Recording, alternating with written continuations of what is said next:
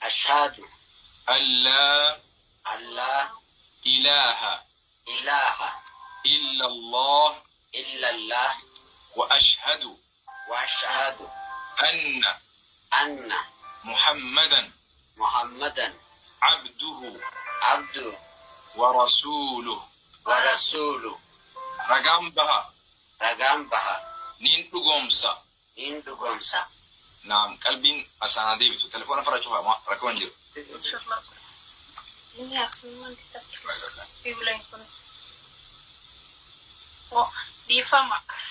أمانكو أن رقم بها ربين أن قبرماتي الله ملك أكا هنجر نبي محمد إرجما ربي أكسما قبرش ربيت عيسان إلما مريم قبرش ربيتي في إرجما ربيتي الله أكبر الله أكبر ولله الحمد بقى جمدن أنا أعرفه بقى ربي سبحانه وتعالى أمنتي للوت الربين إرتيسين ومنتي ربيسين بيبسه كان بودا وان تكلين كان أمنتي كان الرئيس برجاجيسي واني تكلين اسم التلفاتي أمنتي كان الرئيس ስሙት የሚል ድምጽ መጣ ይለናል። ስለዚህ የአራህማን ልጅ አራህማን ስለሆነ የአራህማንን ልጅ ድምጽ እንሰማለን ማለት ነው። በአንደኛ ዮሐንስ ብስሚላህ ሰላም አለይኩም ወራህመቱላሂ ተዓላ ወበረካቱ። እንደምን ቆያችሁ ወገናችን? ጽዮን በጣም ማዋሸት ጀምረሻል። ፈሪሃ አራህማን ልጅ አለው አላለችም። የአራህማን ልጅ ድምጽ ሰማን ማለት ጀምረሻል። ነገ ደግሞ የአራህማን ልጅ ራሱ አራህማን የሚል ቅጥፈት ውስጥ ለመግባት ነው። ለማንኛውም ዛሬ የማስተምርሽ ስለ ቋንቋ ነው። ቋንቋ ብሎ ማለት መግባቢያ ሲሆን እያንዳንዱ ቋንቋ የራሱ ሰዋሰዋዊ ቃላቶች አሉት። እነዛ ቃላቶች የተለያየ ትርጉም የሚሰጡ ናቸው ማለት ነው። በመሆኑም መጽሐፍ ቅዱስ የራሱ ኦሪጂናል ቋንቋ አለው። እነዚህም አረማይክና ዕብራይስጥ ናቸው። እነዚህ አረማይክና ዕብራይስጥ የተጻፈበት ጠፍቶ ለመጀመሪያ ጊዜ የተጻፈው ደግሞ በግሪክ ኮይኔ ነው። የአማርኛው መጽሐፍ ቅዱስ የተተረጎመው ከግሪክ ኮይኔ ነው። መጽሐፍ ቅዱስ ላይ ያሉ መልእክቶችን በአማርኛ በደንብ ከተረዳናቸው ተረዳናቸው፣ ካልተረዳናቸው ወደ ኋላ እንመለሳለን። ወደ ግሪክ ኮይኔ ወደ ኋላ እንመለሳለን፣ ወደ አረማይክና ወደ ዕብራይስጥ ማለት ነው። ስለዚህ የአማርኛው መጽሐፍ ቅዱስ ኦሪጂናል አይደለም። መጽሐፍ ቅዱሳዊ መልእክቶች የራሳቸው ኦሪጂናልና የይዞታ የባለቤትነት ቋንቋ አላቸው። ሲቀጥል አማርኛ የመጽሐፍ ቅዱስ መልእክት ኦሪጂናል ቋንቋ ወይም ባለቤቱ አይደለም። በመሆኑም ማንኛውም የሰው ልጅ በቋንቋ ይረዳል። ቋንቋዎች ለሰው ልጆች የሚሰጡት ወይም መልእክት በሚገባው ቋንቋ የሚሰጠው እንድንረዳ ነው። መጽሐፍ ቅዱስ ላይ ልጅ ብሎ ማለት ማንኛውም አማርኛ የሚሰማ ሰው ወይም አማርኛ የሚያውቅ ሰው ወይም በአማርኛ የሚግባባ ሰው ልጅ ብሎ ማለት ፍጡር ማለት ነው። ለእግዚአብሔር ልጅ ከተባለ ፍጡር ነው። ለሰው ደግሞ ልጅ ከተባለ አባቱ ሲሞት የሚወርስ፣ አባቱን የሚታዘዝ፣ በእድሜ ከአባቱ የሚያንስ፣ አባቱን የሚያገለግል፣ አባቱ ኃላፊነት ሲሰጠው ኃላፊነቱን የሚሸከም ብሎ ማለት ነው። ለእግዚአብሔር ሲሆን ደግሞ ፍጡር ብሎ ማለት ነው። መቼም እኛ የእግዚአብሔር ልጅ ነን እያላችሁ አሸሸ ገዳም የምትሉት እዚህ ጋር እግዚአብሔር ሲሞት ልትወርሱት ነው? አይ እግዚአብሔር አይሞትም ከተባለ የእግዚአብሔር ልጅ ብሎ ማለት ፍጡር ማለት እኮ ነው። ሌላ ምንም እንትን የለው።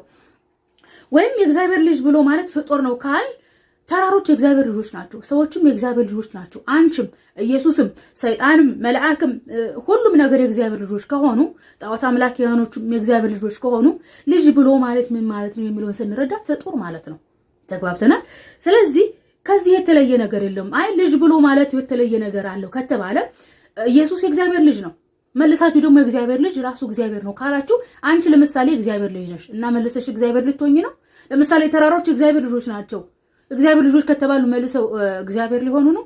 እንዴት አይነት አስተሳሰብ ነው የምታስቡት? እኔ በጣም ነው እየገረመኝ ያለው ማለት ነው። ለማንኛውም እግዚአብሔርም ልጅ አለው፣ ማርያምም ልጅ አላት፣ ኢየሱስም ልጅ አለው፣ ሰይጣንም ልጅ አለው፣ መላእክትም ልጅ አለው፣ አንቺም ልጅ አለሽ፣ ሁላችሁም ልጅ አላችሁ። ታዲያ የፈጣሪና የፍጡሩ ደረጃ በምን እንለየው? በፈጣሪና በፍጡር መካከል የሆነ ደረጃ አስቀምጡ። ሲቀጥል ደግሞ እግዚአብሔር አባት ነው እንደ መጽሐፍ ቅዱስ አስተምሮ፣ ሰይጣንም አባት ነው በሚያሳዝን ሁኔታ። ስለዚህ የፈጣሪና የፍጡር ልዩነት እስኪ ደረጃ አስቀምጡለት፣ አትደበላልቁት።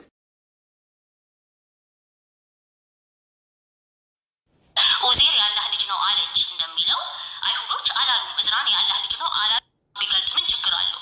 ምክንያቱም ለኃጢአትሽ ድንጋይ እንደላከ አምላክ ድንጋይ ከሚልክ ግዑዝ በስጋ በደም የማይካፈልሽን ነገር ብስሚላህ አሰላሙ አለይኩም ወራህመቱላሂ ተዓላ ወበረካቱ እንደምን ቆያችሁ ወገናችን ጽዮን ለነብያት የሚሰጥ ተአምራትና እምነት ፈጽሞ ተደብላልቆብሻል ለምሳሌ አንቺ ኢየሱስ ክርስቶስን አርጄ ደሙን ለእግዚአብሔር ሰጥቼ እግዚአብሔርን በኢየሱስ ደም ምክንያት ኃጢአቴን ይቅር ብሎኛል ብለሽ ነው የምታምኚው ወይም በኢየሱስ መሞት ደስተኛ ነሽ ወይም ኢየሱስን መግደል አለብኝ ኢየሱስ ላይ ቢላዋ ማንሳት አለብኝ ኃጢአቴን እንዲጠፋ ብለሽ ነው የምታምኚው ይሄን እምነትሽን ለነብያት የሚሰጠውን ተአምራት እንዴ ብለሽ ነው የምታገናኙ የነብያት ተአምራት ብሎ ማለት እግዚአብሔር ለሙሴ የድንጋይ ጽላት ሰጥቶታል በዚህ ሂሳብ አምላካችን አላህ Subhanahu Wa Ta'ala ለአብርሃም ነው ሀጀሩል አስወድን የሰጠው ማለት ነው አብርሃም ከልጁ ከእስማኤል ጋር ሆኖ ከአባን ይገነባ ነበር መስጊድ ይሰራ ነበር ማለት ነው መስጊዱን በሚሰራበት ሰዓት ማዕዘን ላይ የሚያስቀምጠው የተስተካከለ ድንጋይ ፈልጎ እስማኤል ሆይ የተስተካከለ ድንጋይ የማዕዘን ድንጋይ ፈልግልኝ ብሎት በተደጋጋሚ እስማኤል ድንጋይ ማግኘት አልቻለም ስለዚህ አምላካችን አላህ Subhanahu Wa Ta'ala ለአብርሃም ካለው ውዴታ ወይም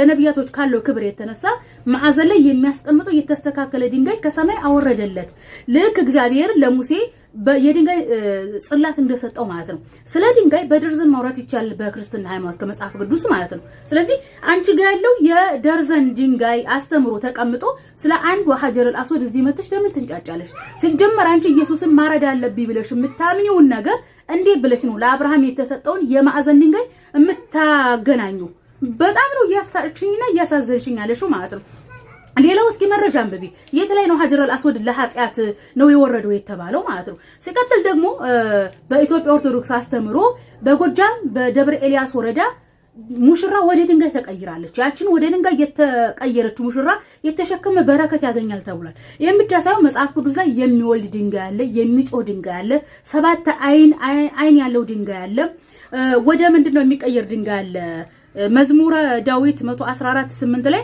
ድንጋይ ወደ ውሃ መቆሚያ ተለወጠ ይላል ስለዚህ ድንጋይ ይለወጣል ድንጋይ ይጮሃል በመጽሐፍ ቅዱስ ድንጋይ ሰባት አይን አለው ተግባብተናል እንደዚህ አይነቶች ድንጋዮችን አስቀምጠሽ አንድ ድንጋይ ላይ ለማፍጠጥ ለምንድን ነው የምትመጪው ሌላውና በጣም ያሳቀኝ ደግሞ ምንድነው ስለ እዝራ ያነሳሽው አይሁዶች እንደዛ ብለው ያምኑት ያለሽ እንዴ አንቺ ስንት አይነት ቅርንጫፍ አይሁድ እንዳላታቀም እንዴ ቆይ ወይ ታቀሽ ነው እንደዛ የምትዩ እንዴ በክርስትናው ዓለም የፕሮቴስታንት የካቶሊክ የኦርቶዶክስ የሚባል ቅርንጫፍ እንዳለ ሁሉ የአይሁዶቹ ቅርንጫፍ አላቸው አንድ አይነት የሃይማኖት መጽሐፍ እኮ የላቸው እንደዋቂ አይሁዶች አይሉም ማለት በነገርሽ ላይ አይሁዶች ጥቁር ሰው በእርግማን ነው የተወለደው አፍሪካውያኖች በእርግማን ነው የተወለዱት ይላሉ እስኪ ይሄን ምን ትያለሽ እንደዚህ ማለታቸውን እንኳን አታቂም እኮ የተለያየ ግሩፕ እንዳላችሁ ራሱ አታቂም በጣም ነው ያሳዘንሽኝ የማይገናኝ ነገር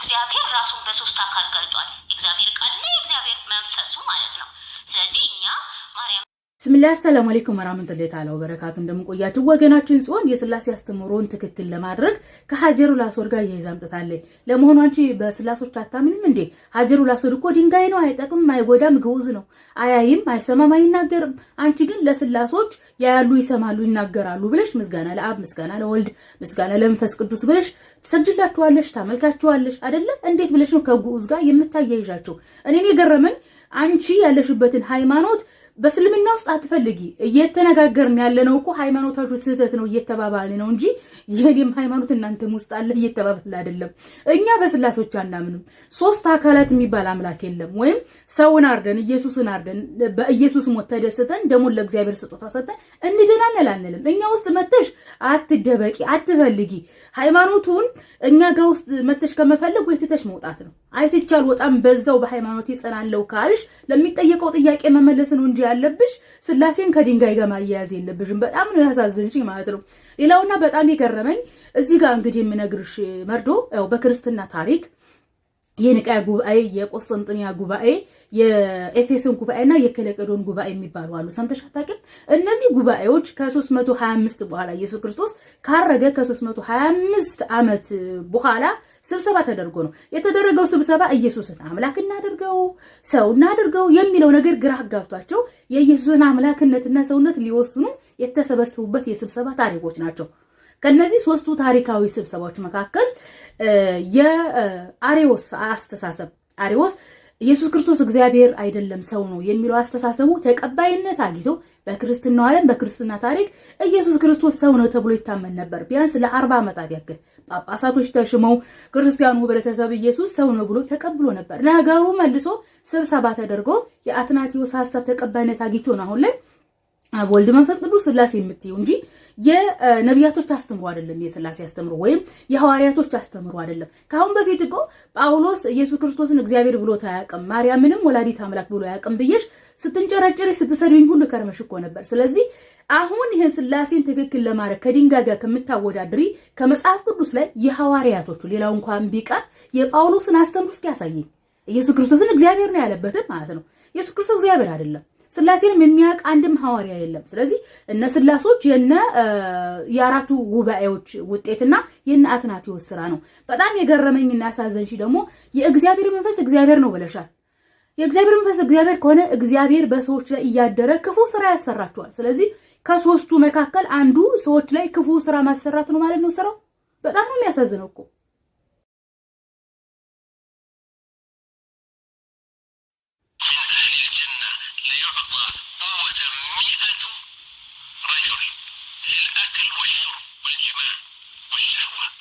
ለሰላም አለይኩም ወራህመቱላሂ ተዓላ ወበረካቱ። እንደምን ቆያችሁ ወገናችን? ሲሆን የሸብራይን ቮይስ አምጥተሻል አላህ ይርሐማቸውና ባለፈን የተናገርኩት ሙስሊም ወንድ በገነት 72 ሴት ያገኛል የሚለው ሐዲሱ ደካማ ነው ضعيف ነው ማለትም በእስልምና ተቀባይነት የለውም። ይሄ ክርስቲያኖች የምታራግቡት ነው የሚለው ጋር አይገናኝም እኮ። ምናልባት የሸህየውን ቮይስ ያመጣሹ በገነት ጾታዊ ግንኙነት አለ፣ ለወንዶች ድንግል ሴት ይሰጣቸዋል፣ 100 የሰው ጉልበት ይሰጣቸዋል የሚለው የሚያሳፍረ መስሎሽ ከሆነ እንዳትሳሳች። ጾታዊ ግንኙነት ያሳፍራል ብሎ ያስተማሩሽ አስተማሪዎችሽ ናቸው። ላንቺ ላለነሱ መልእክት ስላስተላልፍ መልእክቴ ምንድነው? አንቺና አስተማሪዎችሽ በጾታዊ ግንኙነት ማለትም በወሲብ ስትደሰቱ ታድሩና ሚዲያ ላይ ወጣችሁ ጾታዊ ግንኙነትን ወሲብን ለነውር ትጠቀማላችሁ። እናንተ ተፈጥሯዊ ሰዎች ናችሁ ወይስ ሰው ሰራሽ ሰዎች ናችሁ እንዴ? በጣም እኮ ነው የሚገርመው። ወይም ጾታዊ ግንኙነቱ ወሲብ የሚያስጠላ ከሆነ ማርያም ከዮሴፍ ልጅ ወልዳለች ተብሏል። ማቴዎስ ወንጌል ላይ ተጋል ባይነሽ ማርያም አላገባችም የሚል መረጃ ማምጣት አቅቶሽ አየር ስትዋጥቂ ኖራሻል እኮ። በግልጽ አማርኛ እንደ ማቴዎስ መረጃ ማርያም ጾታዊ ግንኙነት አድርጋለች፣ የአምላካችሁ እናት ማለት ነው። ሲቀጥል ጾታዊ ግንኙነትን ወሲብን እኛ አልፈጠርነውም፣ ፈጣሪ ነው የፈጠረው። ፈጣሪ በፈጠረው ነገር ደግሞ እኛን አትጠይቁንም፣ አናፍርበትም። ያፍሩበታል ብላችሁ ሙስሊሞች በገነት ጾታዊ ግንኙነት ያደርጋሉ ምናምን እያላችሁ የምትለፍፉትን ነገር እኛ እንደናንተ አስተማሪዎች መጽሐፍ ቅዱሳቸው ሙሉ ለሙሉ ስድብ ሆኖባቸው ሚንበር ላይ ሲወጡ ሚህራብ ላይ ሲወጡ የሚያሙና የሚሳደቡ አስተማሪዎች የለንም። በሐዲስና በቁርአን ያለውን ያስተምሩናል አስተማሪዎቻችን። የእናንተ አስተማሪዎች መጽሐፍ ቅዱስ ስድብና የሚያሳፍር ነገር የሚያስበረግግ ነገር ስለተሞላ ሙስሊሞች እንዳደረጉ ሙስሊሞች እንዳደረጉ እያሉ ነው ሚህራባቸው ላይ ሲወጡ ሲናገሩ የሚውሉት። ምክንያቱም ከመጽሐፍ ቅዱስ ገልጠው አባትና ልጅ ዝሙት ሰራ፣ እናትና ልጅ ዝሙት ሰራ፣ እህትና ወንድም ዝሙት ሰራ፣ ጎረቤትና ጎረቤት ዝሙት ሰራ፣ አማችና ምራት ዝሙት ሰራ የሚል አያነቡላችሁማ። የሚያነቡት ስለሚያጥሩ እኛን ሲያሙ የሚውሉት ማለት ነው። ስለዚህ 100 ጊዜ ብትደጋግሚውም በገነት ስላለው ስጦታ አልহামዱሊላህ እኛ አናፍርበትም። ምክንያቱም የሰው ልጅ ተፈጥሯዊ ስጦታ ነው። አይኛ መላእክት ነው የምንሆነው በክርስትና ለሹ ነገር መላእክት በክርስትና ግልጽ አስተምሮ የላቸውም። መላእክት ሰይጣን ይሆናሉ። በሚገርሙ ጉዳይ መላእክት ከሰው ጋር ይጋባሉ። መላእክት ምን አይነት እንደሆኑ እንኳን አንቺ ራሱ አታውቂውም። በክርስትና አስተምሮ መላእክት ነፃ ምርጫ አይኖራቸው አይታወቅም። ወይ ከሰው ጋር ትጋቢያለሽ መላእክቱ ነሽ፣ ወይ ወደ ሰይጣን ትቀየራለሽ። ምናልባትም ገነት ከገባችሁ ማለት ነው። የክርስትና አስተምሮ ይሄ ነው። ባለፈው እኮ ጠይቄሽ ማጣፊያው ጠቦሽ ስትሰድብኝ ሁሉ እኮ ነበር። መላእክት ከምን ተፈጠሩ? ለምን ተፈጠሩ? መላእክት ነፃ ምርጫ አላቸው ወይ? መላእክት ከሰው ጋር የሚጋቡት እንዴት ነው? መላእክት ሰይጣን የሚሆኑት እንዴት ነው? መላእክት እግዚአብሔርን ያምጻል? እንደዚህ አይነት ጥያቄ ጠይቄሽ ምንም አልመለሽም። በተአምረ ማርያም ደግሞ በገነታችሁ የሚበላና የሚጠጣ እንዳለም ተቀምጧል። በማቴዎስና በማርቆስ ወንጌል ደግሞ ኢየሱስ በገነት ሚስቶች አላችሁ ብሏል። ታዲያ እኛ ላይ ለምን ታፈጣላችሁ? ሚስትና ባል እኮ አለላችሁ። አትቅኑ። ይኸውላችሁ አንዳንዴ ህይወት እንደዚህ ናት። የሆነ ታይም ላይ ከጎናችሁ ብዙ ሰው ታገኙታላችሁ። አብሯችሁ የሚበላ፣ አብሯችሁ የሚጠጣ፣ አብሯችሁ የሚስቅ፣ አብሯችሁ የሚደሰት፣ አብሯችሁ የሚጨፍር፣ ብቻ ብዙ ሰዎች።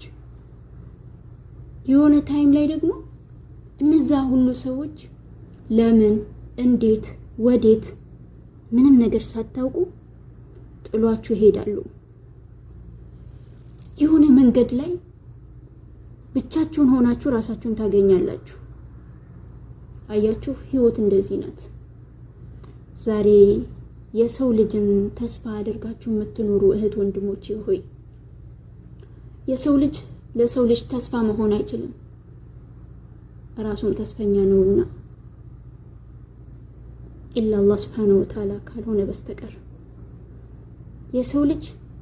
የሰው ልጅን መጉዳት አይችልም ኢላ አላህ Subhanahu Wa Ta'ala ከቀደረበት በስተቀር የሰው ልጅን መጥቀም አይችልም ኢላ አላህ Subhanahu Wa Ta'ala ሰበብ ካላረገው በስተቀር። ስለዚህ ሁሌ የምንመካበት ተስፋ ማድረግ ያለብን ተስፋ መቁረጥ የሌለብን በአላህ Subhanahu Wa Ta'ala ብቻ ነው እንጂ የሰው ልጅ ተስፋ መሆን አይችልም፣ ለራሱ ዋስትና የለውምና። ሰላም አለይኩም ወራህመቱላሂ ወበረካቱሁ።